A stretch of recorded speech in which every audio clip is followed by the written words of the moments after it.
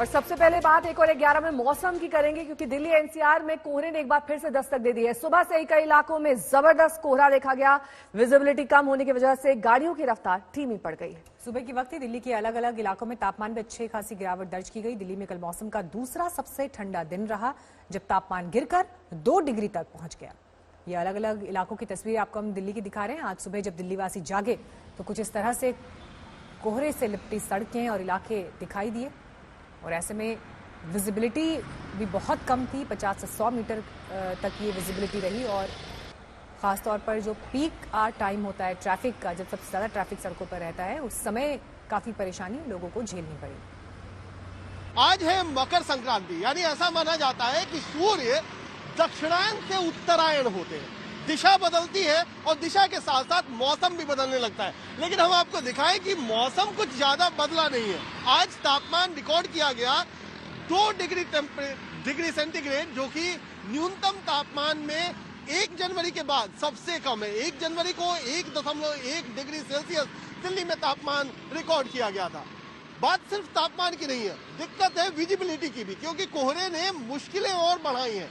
सुबह सुबह जब गुरुवार को लोग बाहर निकले तो उन्हें धुंध का सामना करना पड़ा। सामने बिल्कुल कुछ नहीं दिखाई पड़ रहा था। सुबह में 8:30 बजे पालम में 100 मीटर विजिबिलिटी थी। आप समझ सकते हैं कि किस तरीके की मुश्किलें हो रही होंगी। और सफदरजंग में 200 मीटर तक। तो सामने नहीं दिखाई पड़ रहा है, लोगों को गाड़ी ड्राइव करने में मुश्किल आ रही है, तापमान नीचे जा रहा है, और ये सब हो रहा है आज मकर संक्रांति। उसके बावजूद आगे भी अगले 3-4 दिनों तक कम से कम ठंड से आसार राहत के तो नहीं है। और इस बीच श्रीनगर में खबर ये आ रही है कि आज श्रीनगर में पारा गोता लगाकर -8.4 डिग्री तक पहुंच चुका है। 10 साल में श्रीनगर में पारा इतना नीचे कभी नहीं गया था। पिछले कई दिनों से श्रीनगर में कड़ाके की ठंड है। ठंड से श्रीनगर की डल झील जम चुकी है। कल यहां -7.8 डिग्री न्यूनतम तापमान दर्ज किया गया था। कश्मीर में गुरुवार को नया कीर्तिमान जो है शून्य तापमान को लेकर बना है, जब बीती रात तापमान -8.4 डिग्री श्रीनगर में रिकॉर्ड किया गया। बुधवार को तापमान -7.4 डिग्री रिकॉर्ड किया गया था, जो पिछले 9 साल के दौरान सबसे कम तापमान था। लेकिन अगर आज की बात करें तो आज वो रिकॉर्ड भी टूट गया है। पिछले कई दिनों से कश्मीर में शीत लहर चल रही है ठंड की वजह से, और हम इस वक्त श्रीनगर के प्रसिद्ध डल झील में हैं, जो पिछले कई दिनों से जमना शुरू हुआ है, और अब पूरी तरह से ये झील जो है जम चुकी है। यहाँ पर जितने भी शिकारे हाउस बोट हैं वो बर्फ में पूरी तरह से अटके पड़े हैं, और उनको निकालना या उनका चलना फिरना काफी मुश्किल हो रहा है। मौसम विभाग ने साफ कहा है कि आने वाले दिनों में तापमान में इसी तरह की गिरावट जो है देखी जाएगी, लेकिन 18 और 19 जनवरी को एक बार फिर कश्मीर में मौसम का मिजाज बदलकर और बर्फबारी का दौर शुरू हो सकता है, जिससे लोगों की दिक्कतें और बढ़ेंगी। क्योंकि जो सड़कों पर बर्फ जमी हुई है, खासतौर से दूर दराज इलाकों में, उस पर जब ताज़ा बर्फबारी होगी तो जाहिर है कि बर्फ भी ज़्यादा जमा होगी और लोगों के लिए चलना फिरना भी मुश्किल होगा। फिलहाल अगर तापमान की बात करें, न सिर्फ श्रीनगर में पारा लगातार लुढ़क रहा है और नए रिकॉर्ड बना रहा है, बल्कि कश्मीर के अधिकतर इलाकों में इसी तरह के हालात हैं। अगर लद्दाख की बात करें तो द्रास में तापमान -20 डिग्री तक पहुंच चुका है। करगिल में -18 तक तापमान गिरा है, और लेह शहर में भी तापमान -18 के नीचे है। अशरफ आनी, श्रीनगर, आज तक। देश भर में वैक्सीन पहुंचाने का काम जोरों पर चल रहा है। 16 जनवरी से वैक्सीनेशन का कार्यक्रम शुरू होना है, और इसकी औपचारिक शुरुआत प्रधानमंत्री खुद करेंगे। इससे पहले वैक्सीन को लेकर सियासत तेज हो गई है। कहीं कोवैक्सीन पर राजनीति हो रही है, तो कहीं वैक्सीन की कीमत को लेकर।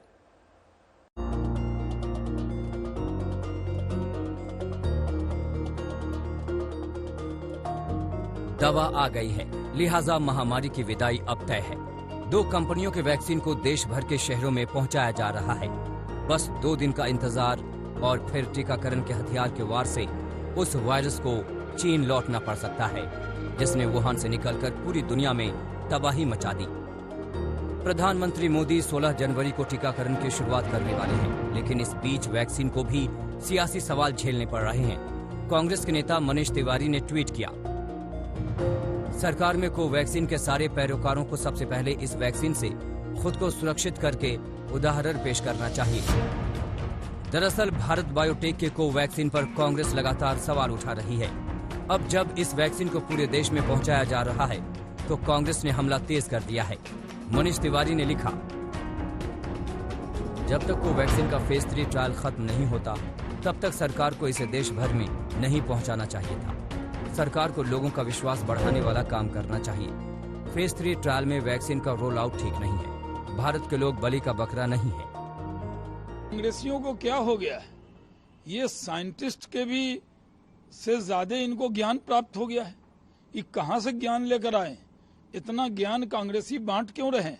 क्या देश के जो साइंटिस्ट हैं, वैज्ञानिक हैं, उनसे ज्यादा दिमाग कांग्रेसियों के पास हो गया है? ये वैक्सीन पर इतना सवाल उठा रहे हैं।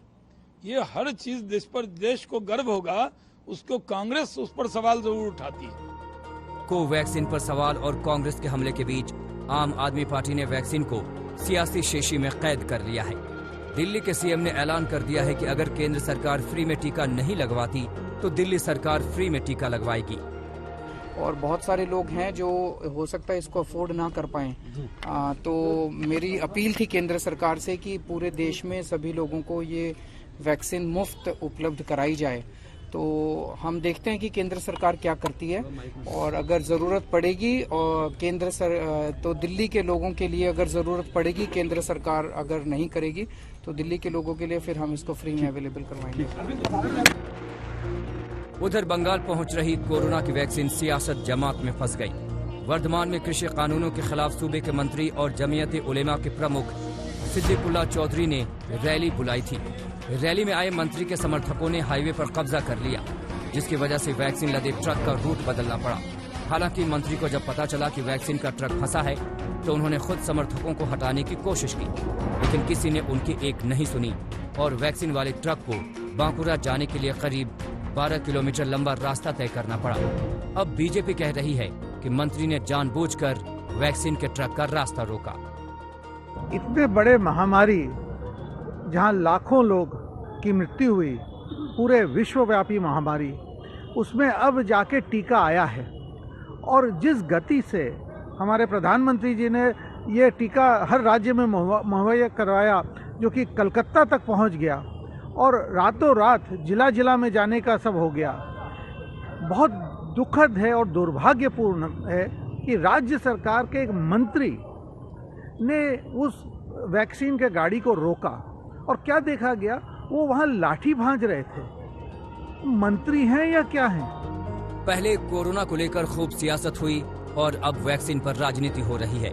उम्मीद थी कि महामारी से सबको कुछ न कुछ सबक मिलेगा, सत्ता पक्ष को भी और विपक्ष को भी, लेकिन लगता है कि हिंदुस्तानी सियासत के आगे कोरोना जैसे वायरस की सबक देने वाली क्षमता क्षीण हो गई। वर्धमान से सुजाता मेहरा के साथ आज तक ब्यूरो।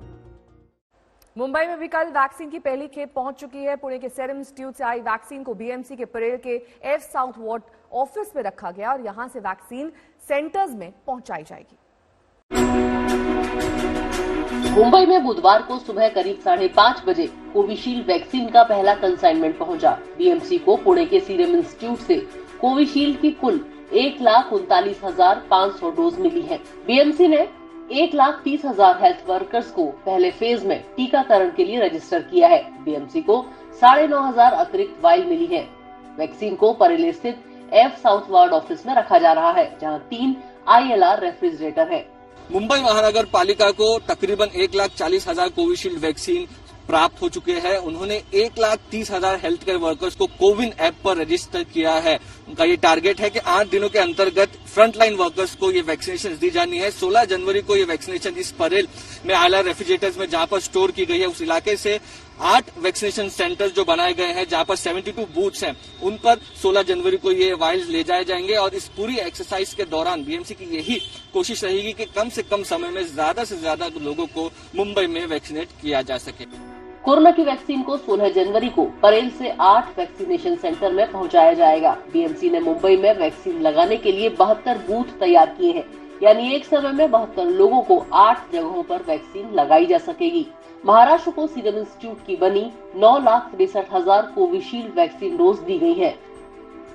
महाराष्ट्र को भारत बायोटेक की कोवैक्सीन की भी 20,000 डोज दी गई है। महाराष्ट्र ने पहले फेज के टीकाकरण के लिए करीब 8 लाख हेल्थ केयर वर्कर्स को कोविन ऐप पर रजिस्टर किया है। मैं ये कहना चाहूंगा कि कुल मिला के 9,63,000 डोज हमारे को उपलब्ध हुए सीरम इंस्टीट्यूट के, 20,000 उपलब्ध हुए भारत बायोटेक के, लेकिन हमें जो डोसेज चाहिए वो 17,50,000 चाहिए, जिसमें बफर स्टॉक 10% डैमेजेस का भी है।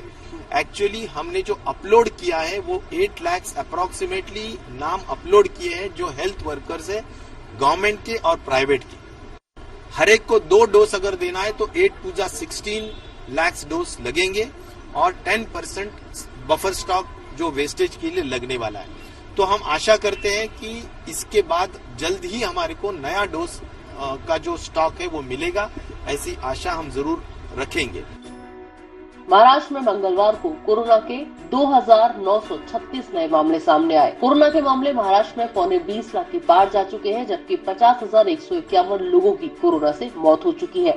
मुंबई से मुस्तफा शेख के साथ आज तक ब्यूरो। और अब बात ओवैसी की करेंगे, जिनके मिशन यूपी का ऐलान होते ही अगले साल यूपी में होने वाले विधानसभा चुनाव को लेकर सियासत गर्मा चुकी है।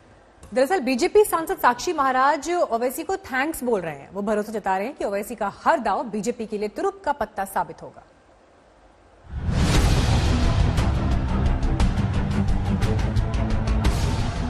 ऊपर वाला खुदा उनका साथ दे। उन्होंने बिहार में भी हमारा सहयोग किया था, यूपी में भी करेंगे और बाद में पश्चिम बंगाल में भी करेंगे। भारत की राजनीति में अगर कोई लैला है तो मैं हूं और मेरे कई मजनू हैं। चलो अच्छा हुआ, भारतीय जनता पार्टी के चेहरा से नकाब उतर गया। यूपी की सियासत में असदुद्दीन ओवैसी ने कदम रखे हैं। ओम प्रकाश राजभर की सुहेल देव भारतीय समाज पार्टी समेत 8 दलों के साथ तालमेल हो चुका है। आखिरी रणनीति पर मंथन भी जारी है। यूपी में कमजोर पड़ चुके विपक्ष के बीच ओवैसी की मौजूदगी से बीजेपी सांसद साक्षी महाराज की खुशी छिप नहीं रही। बड़ी मेहरबानी, उनको भगवान ताकत दे, ऊपर वाला खुदा उनका साथ दे। उन्होंने बिहार में भी हमारा सहयोग किया था, यूपी में भी करेंगे और बाद में पश्चिम बंगाल में भी करेंगे। बीजेपी के मन में लड्डू फूट रहे हैं। साक्षी महाराज को भरोसा है कि बिहार में आरजेडी की राह में रोड़ा अटकाने वाले ओवैसी की भूमिका यूपी में भी कुछ वैसी ही होगी, यानी कि मुस्लिम वोटों की राजनीति करने वालों को 440 वोट का करंट लगेगा। ओवैसी के आने से मुस्लिम वोट बैंक बटेगा और बीजेपी लीड ले लेगी। पिछले 65 साल तक हिंदुस्तान के मुसलमान को तुष्टीकरण के आधार पर केवल डराया गया। बीजेपी आ गई तो खा जाएगी, बीजेपी आ गई तो खा जाएगी। अरे हम लोग तो लहसुन प्याज नहीं खाते, मुसलमान को कैसे खाएंगे? तो मुझे लगता है कि आज मुसलमान की समझ में आ गया कि वास्तव में हमारी हितैषी पार्टी भारतीय जनता पार्टी है। तो बड़ी संख्या में मुसलमान धीरे धीरे भारतीय जनता पार्टी से जुड़ रहा है। इस साल बंगाल में विधानसभा चुनाव होने वाले हैं। अगले साल यूपी और गुजरात की बारी है। 2022 के उसी मिशन पर 2 दिन पहले ओवैसी पूर्वांचल के दौरे पर पहुंचे थे। दौरा 1 दिन का था। शुरुआत अखिलेश के गढ़ आजमगढ़ से हुआ। समर्थकों का हुजूम जुटाकर ओवैसी और राजभर ने ये संदेश देने की कोशिश की कि आने वाली लड़ाई में उनकी भूमिका अहम होगी। मेरा मानना यह है कि राजभर साहब की लीडरशिप में जो भागीदारी संकल्प मोर्चा बनाया गया है, जमीनी सतह पर वही बीजेपी से मुकाबला कर रहा है और मुस्तकबिल में वही मुकाबला करेगा। रहा सवाल समाजवादी पार्टी का और दूसरी पार्टी का, ये तो जमीन पर है ही नहीं। इनका तो सिर्फ देखते हैं आपसे सोशल मीडिया पे या फिर किसी दूसरी जगह पर। तो मुझे यकीन है कि इंशाअल्लाह ताला उत्तर प्रदेश की जनता जो विकल्प या अल्टरनेट पॉलिटिक्स को देख रही है, वो जरूर इस भागीदारी मोर्चा की तरफ बड़ी उम्मीद से देख रही है। यूपी में ओवैसी की दस्तक हुई है। उनका चिर परिचित वोट बैंक वही मुस्लिम समुदाय है, जिसकी बदौलत समाजवादी पार्टी सत्ता तक पहुंची। लेकिन अब कई पार्टियों को ये डर सताने लगा है कि AIMIM ने बिहार जैसी कामयाबी यूपी में दोहराई तो बीजेपी को फायदा जरूर पहुंच सकता है। अगर इलेक्शन हम लड़ते हैं तो क्या मेरा मकसद ये है कि मैं किसी एक पार्टी को जिताऊं या हराऊं? मेरा मकसद होता है कि मेरा मोर्चा, मेरे और मेरे मोर्चे के कैंडिडेट्स कामयाब हों। तो हार जीत तो लगी हुई है। ये जो गुलामी की जहनियत है कि नहीं आप इलेक्शन मत लड़िए, आप सिर्फ थाली बजाइए और हमको वोट देते रहिए। अब राजनीति बदल चुकी है भारत की, अब हम अपना हिस्सा चाहते हैं, हिस्सेदारी की लड़ाई हो रही है। यूपी में करीब 20% मुस्लिम मतदाता हैं, जो अब तक समाजवादी पार्टी के साथ माने जाते रहे हैं। तो क्या यूपी के अगले विधानसभा चुनाव में ओवैसी वोट कटवा साबित होंगे? फिर से कह रहा हूं कि भारत की राजनीति में अगर कोई लैला है तो मैं हूं और मेरे कई मजनू हैं। तो अब ये इल्जाम लगता रहेगा, इससे हमको कोई फिक्र करने की जरूरत नहीं है। बिहार में मिली कामयाबी के बाद ओवैसी और उनकी पार्टी आक्रामक रणनीति के साथ आगे बढ़ रही है। देखना है कि उनका यूपी प्लान क्या रंग लाता है। आज तक ब्यूरो के लिए कन्नौज और लखनऊ से नीरज श्रीवास्तव के साथ अभिषेक मिश्रा। चुनावी दांव में ओवैसी की हार जीत से ज्यादा मायने इस बात के लिए है कि उनके मुस्लिम तुष्टीकरण वाले कार्ड से किसे फायदा, किसे नुकसान होता है। यूपी हो या फिर बंगाल, ओवैसी बेशक अपनी मौजूदगी दिखाने लगे हैं, लेकिन वोट बैंक पर चोट की डर से कई पार्टियां उन्हें बीजेपी की बी टीम बताने में लगी हुई हैं।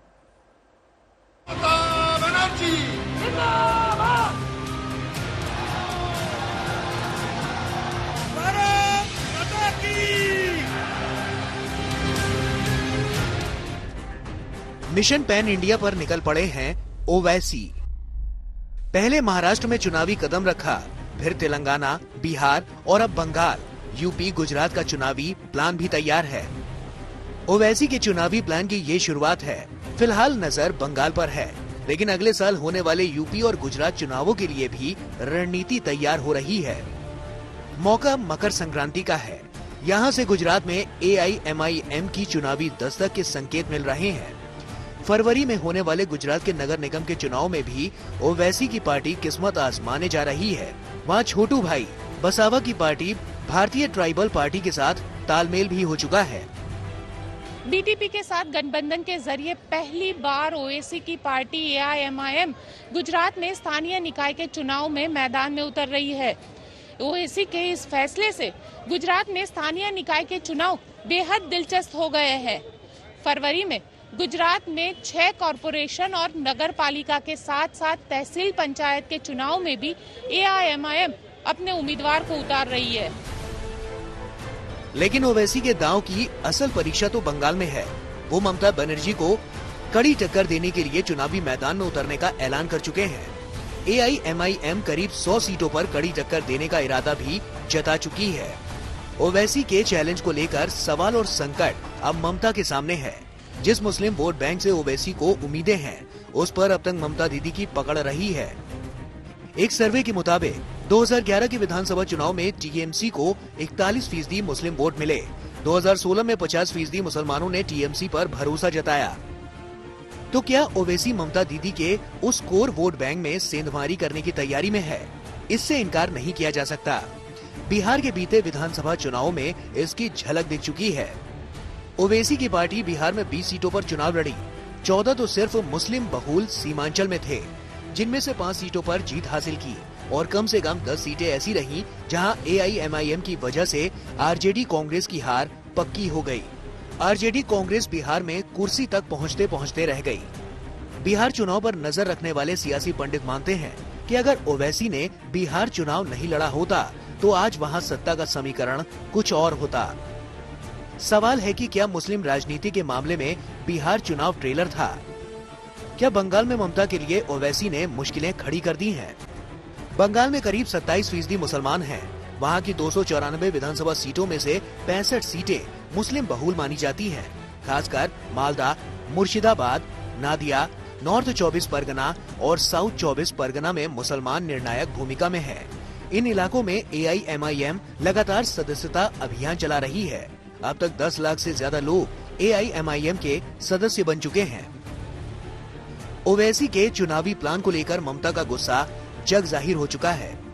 মাইনরিটিসের ভোট ভাগ করবার জন্য আবার হায়দ্রাবাদের একটা পার্টিকে ধরে এনেছে। সেই পার্টিটা আবার এখানে কয়েক টাকা জোগাড় করে বিজেপি টাকা দেয় আর বিজেপির টাকায় ওরা এটা করে যায়। দেখেছেন আপনারা বিহারের ইলেকশনে প্রমাণিত হয়ে গেছে, অন্যান্য ইলেকশনেও প্রমাণিত হয়েছে। হিন্দুদের কাছে গিয়ে বলবে ওদের খুব হিন্দু মুসলিমদের বলবে ওই নেতাগুলোকে, সব মুসলিমরা নয়, ওই হায়দ্রাবাদের ওই নেতাদের, ওরা বিজেপির সমর্থক, গিয়ে বলবে হিন্দুদের এলাকায় খুব গালাগালি দাও হিন্দুদের, তাহলে কি হবে? হিন্দুরা রেগে যাবে, ভোটটা আমি পাবো। আর মুসলিম এলাকায় গিয়ে তুমি মুসলিমদের হয়ে এমন ভালো ভালো কথা বলো যাতে মুসলিমদের ভোটটাও আমি পাই। অর্থাৎ বিজেপি হিন্দুদের ভোটটা নেবে আর ও মুসলিমদের ভোটটা দেবে, আর আমি কি কাঁচা কলা খাবো? ओवैसी ने भी पलटवार में देरी नहीं की। कुछ दिन पहले बंगाल दौरे पर पहुंचे AIMIM सांसद ने भी चैलेंज कर दिया। नहीं पा रहे हैं हम, इतना लोग उनके पार्टी से भाग रहे हैं, हमसे पूछ के जा रहे क्या? वो तो उनको बताना पड़ेगा क्यों छोड़ रहे ममता को। यहाँ बीजेपी 18 MP जीत गए, कैसे जीती? क्या आप सौदा कर लिए थे? बिहार का इंपोरिकल एविडेंस है कि 20 सीट्स पर MIM ने कंटेस्ट किया, 5 हम जीते, 9 पर गठबंधन जीता, कांग्रेस RJD के लोग, 6 सीट पर NDA जीता। इसके बावजूद बीजेपी कैसा गवर्नमेंट बनाया वहां पर? इसके बारे में सोचना है। तो ये इल्जाम झूठ है, इसमें कोई सच्चाई नहीं। TMC AIMIM की लड़ाई देखकर बीजेपी खुश है, क्योंकि हिंदू वोट बीजेपी के पक्ष में एकजुट हो रहे हैं, तो ममता के मुस्लिम वोट में ओवैसी चोट करेंगे। दोनों सूरत में फायदा बीजेपी को हो सकता है। कोलकाता से मनोज्ञा लोईवाल के साथ आज तक ब्यूरो।